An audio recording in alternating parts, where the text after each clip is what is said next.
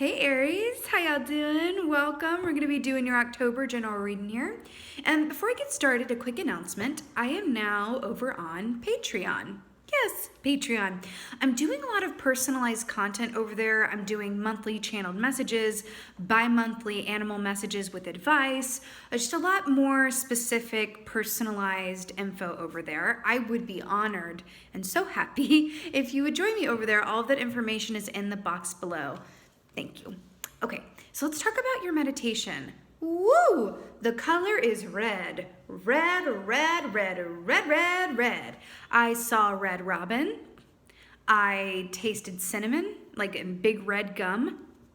And then I was taken to Christmas time, almost immediately, funnily enough. Taken to Christmas time, and in particular Times Square in New York City. And in Times Square, it was like Macy's is the epicenter of Times Square. It's called Macy's Herald Square. And they always do these big life-size, boxes like presents with big bows on them outside with all of these lights. And it's a significant, imagery of the Christmas season in the heart of New York. And I was taken to this huge red, glittering red wrapping paper with a big red bow on it. And then I saw these snowflakes start to fall and I heard sleigh bells. It was really something else. When I think about the color red, when I think about robins, when I think about cinnamon, these have a lot to do with first of all, the red is the root chakra, which governs our security, our finances, how rooted and grounded we are with the world, how grounded we are in our bodies. It feels like there's a distinct sense also of passion at play, but also marrying together your passion with what grounds you into the world, meaning you could be coming into, if not already, a line of work that you feel truly passionate about that doesn't feel like work, which is always great. The difference between a job and a career, right? Or you could be entering into a time or have around you just a lot of different energies that equate to gifts, right? People around you that you feel are gifts to you, the gift of their time, you're giving the gift of your time. There's a lot of core of reciprocity at the core of this energy as well, a lot of equal give and take. But I have to tell you, if I had to think of one overall way to describe this energy, it would be cozy. Cozy, comfort, warm, flannel, tucking in, bundling in, love. Love, love, love, love. I'm actually seeing scenes from Love Actually right now, which is a Christmas movie, interestingly enough. Ooh, I am just dying to see what your animal energy is, Aries. What is the animal energy? But it feels like you're being very kind to yourself and others. There's a lot to be grateful for. Is a star not at the top of the Christmas tree? Aries, work it out. Seeing Christmas stuff. So starfish is such a beautiful energy. Let's talk about this. So first of all, this is water energy, which denotes, how you feel, your emotions, your intuition. What I love about the starfish, though, is that this speaks of wish fulfillment that is physicalized in a 3D context, which means there is, an aspect of having the feel goods and feeling good about where you are, but then there's the aspect of you actually physically receiving your wishes, right? So this is physical comforts, material comforts, financial abundance, right? The people that you can cuddle in with and hold their hand and give them a nice warm hug and, all of that good material comforts and pleasures of the world. It's really beautiful. Now the starfish also equates to the lover's energy, which is Gemini energy, which is really nice because this denotes also choices in love, but also I was talking about that it felt like love, and Gemini is the lovers. Love is at the core of this, and it feels really, really, really, really nice. It really, really does. It feels lovely. Okay. Let's see what's going on for Aries. You might even have Gemini around you as well. I'm picking up on that as well. Ooh. Ooh. Look what came out in the reverse, but I'm going to hold it upright because just for the purpose of imagery here. So I really like how this came out. So first of all, this is a red coffin here. So this is Nine of Swords. So traditionally speaking, this is nightmares, but also dream time activity. There's no other key in the tarot that denotes, at least that I can recall off the top of my head, that denotes dream time specifically other than the Nine of Swords. So whenever this comes up, I like to read it sort of within the context of that which I'm feeling. But this honestly feels like, especially if you reverse it and the red's on top and the swords are at the bottom, there's this distinct feeling of being grateful for where you are and grateful for what and whom you have. It may look a little different than you thought. There may be factors that you wish were different. Hello, that's life, right? But there's this distinct energy of, again, with the groundedness, and then you have a coffin, which is associated with the earth. There is this distinct sense of a lot to be grateful for. I want to point something out. Remember how I saw that big red box of a gift? Well, gifts are about surprises and things that are yet to be revealed, right? Look at this coffin. If you think about it, this is, I mean, it's not a gift, but it is reminiscent of that red box that's holding something within it that we can't see. And there's something about this.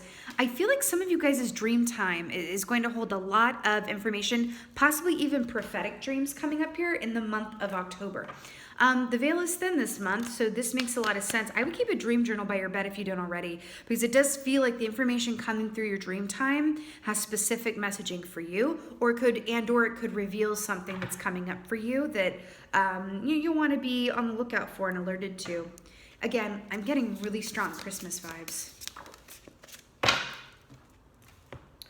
Whoa. Well, this just makes a lot of sense. Wow. It's like, which way do I want to hold this? Anyway, this is the Ace of Swords. How beautiful and amazing is this? So this just makes a lot of sense. Okay, so Ace of Swords. This is a divine truth. This is a big idea. This is a big realization. Remember what I just said about your dream time holding specific messages to you? They could be, bringing forth questions that you've had for a while, bringing clarity around it. I also feel like for a group of y'all, they're highlighting some subconscious fears that might be affecting you or working on you, and they're bringing it to the forefront so that it can be brought to your attention and you can do something about it. Also, Ace of Swords also speaks of the writing, big communication, signing contracts, a lot of that good stuff. And I just say keep a dream journal by your bed. I also want to point out the fact, because I actually heard this in the meditation too, I forgot to mention it, which is a dream is a wish your heart makes when you're fast asleep. So when I think about that song, oh God, what is it from? I feel like it's from Cinderella, I think it has something to do with stars too. That there is something coming to you that is directly rooted in wish fulfillment.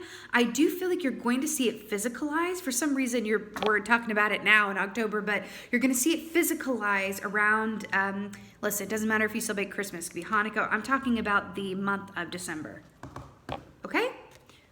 Into January even, because that's when, the new year comes and the ball drops, all of this. I'm getting really strong New York energy off of this, interestingly enough.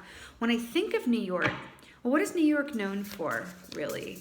It's known for, the city that never sleeps, high activity, but it's also the city that people go to, along with LA, in America anyway, to make their dreams come true. Something here about your dreams, actual dreams, and then also metaphorically. Wow. The Hanged Man. Look at these red pants. I'm living for this. So this is really interesting, and I want to draw some, this is like, look at this.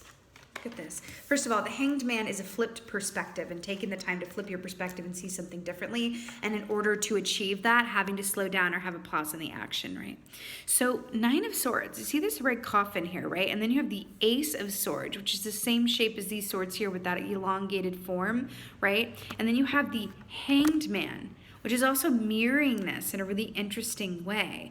There's something here that is calling out to you in terms of like getting your attention, wanting to bring your attention to something. Could be something around you, an aspect of yourself. I'm feeling for a very distinct group of you guys. There's been something on your mind or a question or a problem. You've been wondering about how to go about it, how to communicate it, how to write it, how to, what's the way to work within it? You've been wondering about this. And the answer is coming through your dream time. It's so specific. Oh, It could be also that this is going to be illuminated during this time, and then if you choose to take steps around that and follow that guidance as you get these points of illumination and problem-solving ideas and all of this, directives moving forward, it can be main questions such as, I don't feel happy where I live anymore, but I don't know where to go. Where is that? And getting a dream about it. Examples such as that. And then around the end of the year, taking moves from now until then or letting it gestate, and then around then you're seeing it physicalize for you. It's really nice, Aries. Nine of Swords. I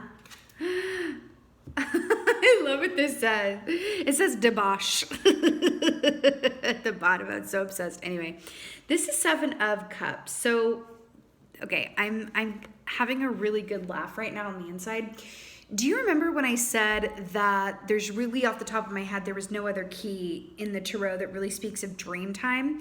Well, in my mind at that point, I thought, well, the closest thing I could think of is Seven of Cups, but that's not really dream time. It could just speak to a state of having so many options, or like a virtual reality sense of like overwhelm, that it's similar to a dream time, because it gets you into that state of like, ooh, am I here or there, right? It's really interesting. Anyway, so then you have the Seven of Cups and it says debosh, which I'm obsessed with. Look at all these fabulous martini glasses in various colors. Seven of Cups, I'm telling you, things are going to be brought through your subconscious. Again, this water energy while you were sleeping, or something to do with this could even be meditation for some of you guys, right? But these messages are coming through, and I do feel like it's around something that has befuddled you or something that you've been wondering about. And this could really be about anything, right? But I do feel at the core of this is this wish fulfillment love energy, right? I feel like Spirit is stepping forward to say, like, it's your time by the end of the year to really have physicalized beyond what you could even imagine for yourself, a beautiful love of self and what you already have, a career that is a career, not just a job. The home, hearth, family, this big gift that's awaiting you at the end of the year. It feels very specific around that, right? And I feel like this is the map to get there. I just saw the Marauders map from Harry Potter. Like it feels like the map to get there. But this is absolutely dealing with something that has been on your mind and you haven't exactly known how to go about it, or something that you haven't known the answer to. Something about that. It's really cool. Okay, Ace of Swords. Oh, yeah. Wow, variations on a theme here. So we have the Empress here. So I'm really obsessed with this because the Empress is so first of all, she's usually depicted as being pregnant, right? So the Empress speaks of believing in something before you actually see it. If you think about pregnancy and the gestation period, that is life growing inside before it is actually physicalized into the world. It's exactly what I was just saying. With the Ace of Swords, there is this clarity, there is this idea, there is this truth, there is this project gestating, right? And it's going to come to you, and if you choose to move on it, it will become physicalized with and for you. It's interesting, we'll get a clarifier of course, but it's interesting that it's moving you straight into the Hanged Man, because I do feel like this is also commentary on that it's a bit cheeky, but I'm hearing it's going to flip your world upside down for the better, because if you think about it, why does the Hanged Man assume this position? To gain knowledge and perspective, to get answers to questions that elude him. Wow, it's really beautiful. It almost feels like this is in the reverse, right? It goes from this into this, but this is a really happy time, right? Rush of blood to the head. That feels really satisfying and lovely. Not a care in the world, this one, right? Okay, Hanged Man. Oh my God, it's so good. Okay. All right, let's talk. So you got the Hermit here, Major Arcana for a Major Arcana. This is so fun and cool. So first of all, the star so traditionally the Hermit is shown as holding a lantern. That star in the lantern is from the star key, which is Aquarius energy, great hope, divine love, and inspiration. And then you have the star with the starfish. That's really awesome. Anyway, it's Virgo energy here. So the Hermit is all about inspiration and going inside for illumination and understanding and all of that good stuff. So you have two energies here that speak to that, two energies here that speak to that. I do feel like once you have this realization or this point of inspiration, this directive of how or in what way to move forward, it is going to ask you to really take a moment or several moments to really consider your next steps. But there's this really distinct energy of, as you move forward, as you kind of get a clearer sense of where you're going and around this wish fulfillment and physical manifestation of things, there's also this sense of giving a nod to where you've been and appreciating I don't mean this necessarily literally, it's a Rascal Flatts song that I'm referencing right now, but it's appreciating the broken road that got you here and suddenly making sense of the broken road that got you here. You're like, oh my God, it all makes sense now. Right? That's the Hermit and the Hanged Man all day, every day. It's going into the Hermit and the Hanged Man with questions and coming out of it with answers. How beautiful is this? Wow. Aries doing the work. I also like that this is depicted as, I'm hearing this little light of mine. I'm also like the fact that he's lighting a match and a flame there and you guys are fire. This is so, I just feel like this is so beautifully symbolic. Remember, the Hermit also, rules the way that we live our lives, how things are in order, our physical lives, right? Yeah. I do feel like some of you, there's going to be a change to your household, a change in your household, where you live, how you live, some happy changes around that. Okay? It's really cool though. Let's get an oracle for you. I feel like an angel. Okay. Yeah, it feels really nice, Aries. It really does. Feels good. I'm also getting a sense of ancestry here. Connecting with your family, connecting with those that came before you, and receiving guidance and wisdom from them as well. That feels pertinent. Okay? I also hear someone wondering if they want to do things the way their parents did or the way that their family has done and going, do I want to do it that way?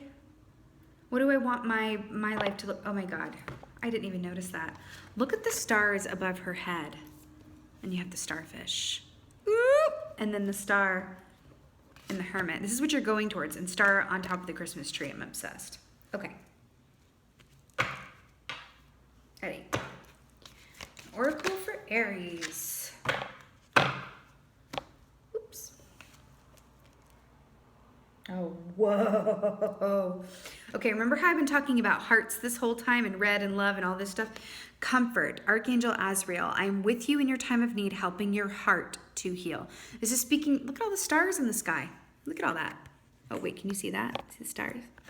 This is really fascinating because this heart energy that I've been feeling here, I do feel like this heart to heal is directly speaking to your capacity to invite more into your environment as you move forward into this newness and this rearrangement with the new information that you have or that you're becoming privy to. It's really beautiful. But I also feel like there's an aspect, remember when I said you're giving a nod to your past, you're looking at your past before you move on? I feel like that's directly speaking to this as well. I really, really do. Because there is this sense of like, I can't figure this out, or something's eluding me, how to go about something, how to communicate something, should I, shouldn't I, when? I just heard, but when and how? Something around this. And I'm hearing that for you, because Nine of Swords also has to do with fear, subconscious fears coming to light, right?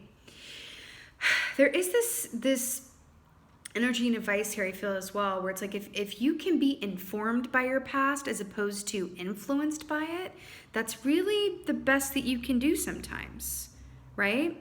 And sometimes it's about moving forward, acknowledging where you've been and going, okay, yeah, that hurt. Yes, I'm healing from this and that and the other, right?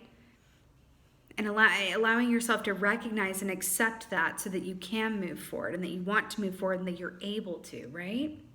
Not denying where you've been, right? But just, being a response to it as opposed to a reaction, right? Wow, Aries.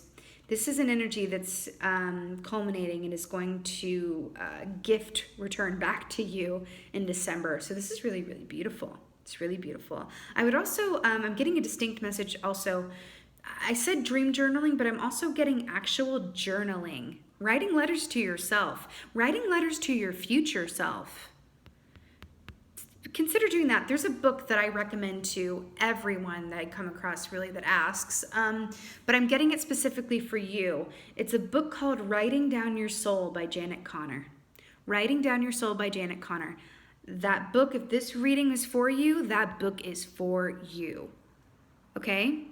Gift that to yourself. It's about intuitive journaling.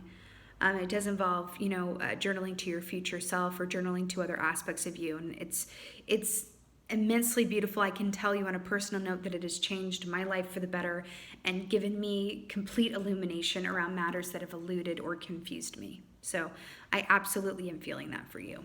All right, Aries, this is your August. Why did I say August? Odd. This is your October general reading. I so hope that this helped and resonated with you. If so, please do let me know in the comments below. I love reading your comments. And with that being said, just thank you. Thank you so much for being here. And as always, thank you for being you. And be well. Until next time.